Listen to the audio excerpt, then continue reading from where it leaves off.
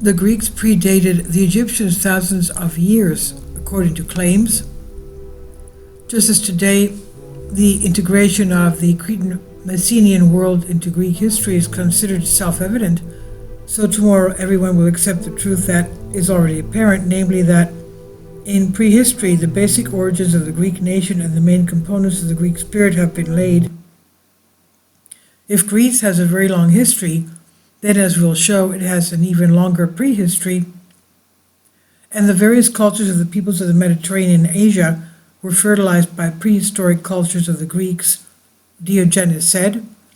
It's a fact that the ancient Greeks, from the very ancient prehistoric times to the early Byzantine period, considered themselves descendants not only of the heroes of the Minoan and Mycenaean eras, but also of the Diogenes gods who lived before the floods and were their ancestors. If we rely on the references of Hesiod, Homer, Plato, Apollodorus, Theodorus Siculus, by reconstructing the historical catalogue of the ancient Greek tradition, we have A generation of Uranus, Uranian gods, Cyclops; B, generation of Saturn, the Titans, golden generation of the first humans; C, generation of Zeus, the Olympian Diogenes, the universal civilization of Zeus. The silver race of humans is destroyed by the cataclysm of Ogyges, the Halcyon race. D, the flood of Noah, Deucalion's flood. The Halcyon race of humans is destroyed, the regression of civilization to Neolithic conditions. E, heroic era of the demigods, Minoan and Mycenaean period, Trojan War, Argonautic expedition of Hercules and Theseus. F, return of Heraclidians, Dorians, the Iron Tribe, Civil Wars, classical period. Thus, according to the theogony, we have 3 genera of gods and 5 genera of humans. The gods: 1, Uranus, the Uranians; 2, Saturn, the Titans, Titanomachy; 3, Zeus, Diogenes. People: 1, the golden race; 2, the silver race, cataclysm of Ogyges; 3, the bronze race, cataclysm of Noah, Deucalion; 4, hero demigod race, Minoans, Achaeans; and 5, the iron race of the Dorians. We know very little about the flood of Ogyges. Ogyges was considered the first king of Attica, of Greece, but the Boeotians also claim him as their ancestor. And as Pausanias says, the first people that inhabited the land of Thebes are called Ectines, and the king of the Ectines is a man native to the land, Ogyges. And from this, in many poets, the invocation to Thebes is Ogyges. In later tradition, according to Eusebius of Caesarea, it's mentioned about the flood of Ogyges that, quote, Ogyges is first mentioned by the Athenians as by the Hellenes, the great and ancient flood. Thus it is said that Poronius, king of Argos, was a contemporary of Inachus, end quote. Therefore, we discern here an ancient tradition which refers the past to at least 3 Greek cities, Thebes, Athens, and Argos of the Peloponnese near Sparta, to ancient antediluvian times. While the information that has survived about the flood of Ogyges is fragmentary and therefore difficult to date, the ancient Greek tradition about the subsequent flood of Deucalion is rich and precise. Deucalion was king of Phthia, present-day Thessaly, and the flood that occurred in his time destroyed the Halcyon tribe, regressing the civilization of that time. While it shocked people, remaining forever engraved in their memory, it's also known from the traditions of other people, the Old Testament, the Epic of Gilgamesh, etc. But while other people mention the destructive flood, Greek tradition names 3 floods. In addition to those already mentioned, we also have the flood of Dardanus, which opened the Dardanelles. The question arises, can the time when Noah's flood occurred, Deucalion's flood, be determined chronologically and even approximately? The answer is probably positive because a consequence of the flood was the displacement of the then Thessalian mountains, Mount Olympus and Ossa, and the opening of the bed of the Peneus and Tempe rivers and the diffusion of waters from the Thessalian lake into the Aegean Sea. And according to Apollodorus, quote, then the mountains of Thessaly also parted, and quote, Herodotus mentions that Thessaly was a lake in ancient times. Etymologically, the word Thessaly means place of the sea. And the ancient Thessaly is a lake. The rock formations at Mitera are evidence of this.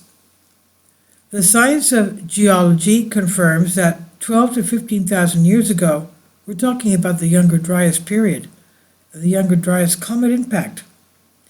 Okay, so 12 to 15,000 years ago, Thessaly was actually a lake, and only around 9 to 10,000 BC did it acquire its current geological formation.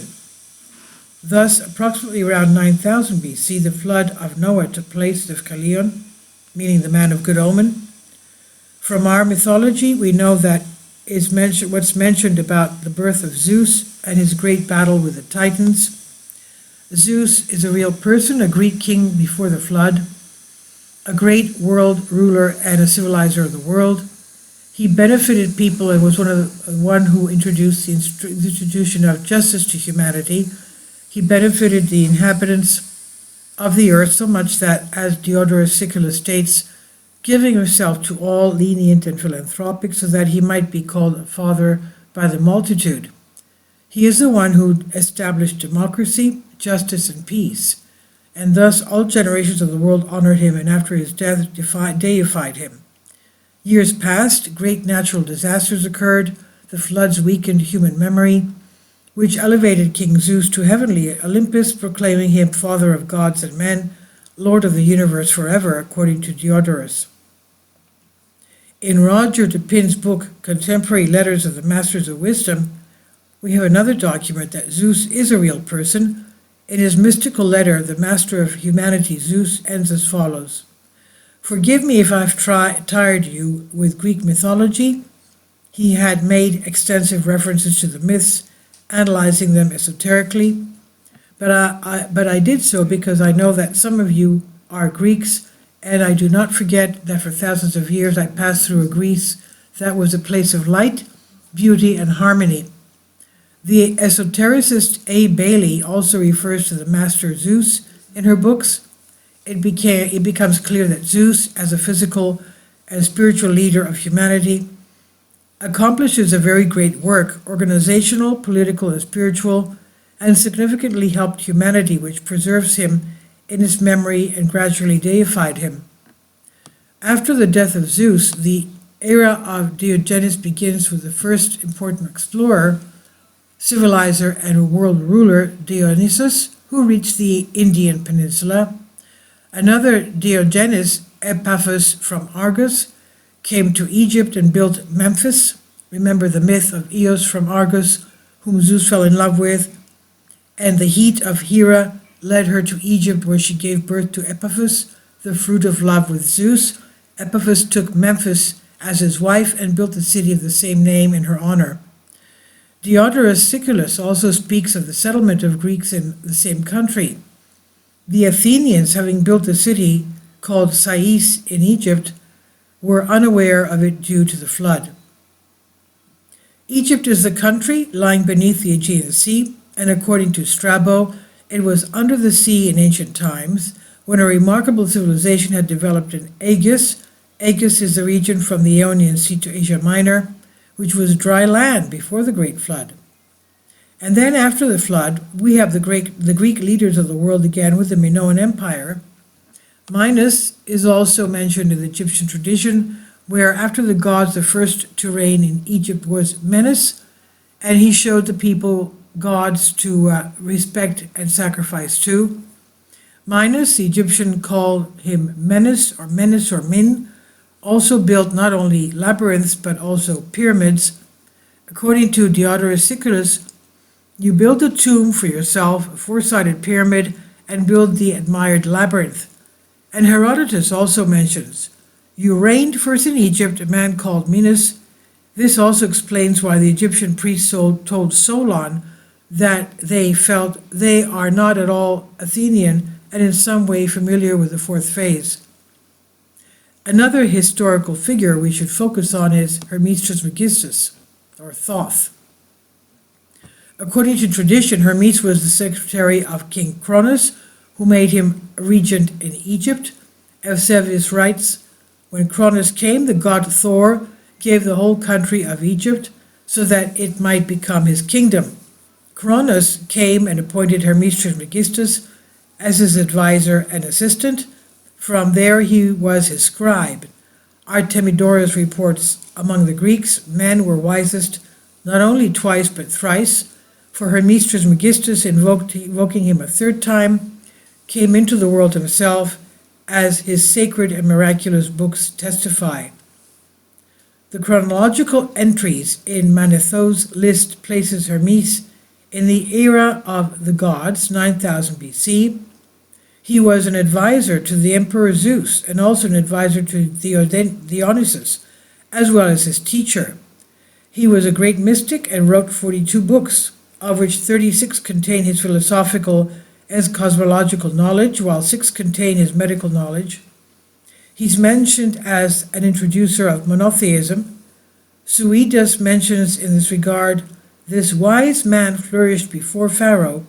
He was also astonished by Trismegistus because he spoke about the Trinity, saying that in the Trinity there is one divinity. And finally, Saint Cyril of Alexandria writes, Osiris, the ruler of every nation and teacher of the most great Hermes, thus placing him before, it's not Saint Cyril, Cyril of Alexandria, thus placing him before Osiris in terms of birth. With what we've mentioned through the writings of prominent authors, it appears that the Egyptian civilization originated from the Greek. Through the work of our great philosopher and mystic Plato, the Timaeus, we will provide some more information in translation. To the wise Solon, when he had visited Egypt, a priest of the Temple of Egypt said, there is in Egypt, in the delta, where the Nile divides at its head, a region called Saitika. The largest city in the region is Sais, from which King Amasis came. According to them, the founder of the city was a goddess who in Egypt was called Neith, and as they themselves say, Athena in Greek, the goddess Athena, from where Athens, the city of Athens, takes the name. Its inhabitants love the Athenians very much and claim that in some way they are their relatives. You only remember one flood, although many had happened before. You also do not know that in your own country the most beautiful and noble human race was born.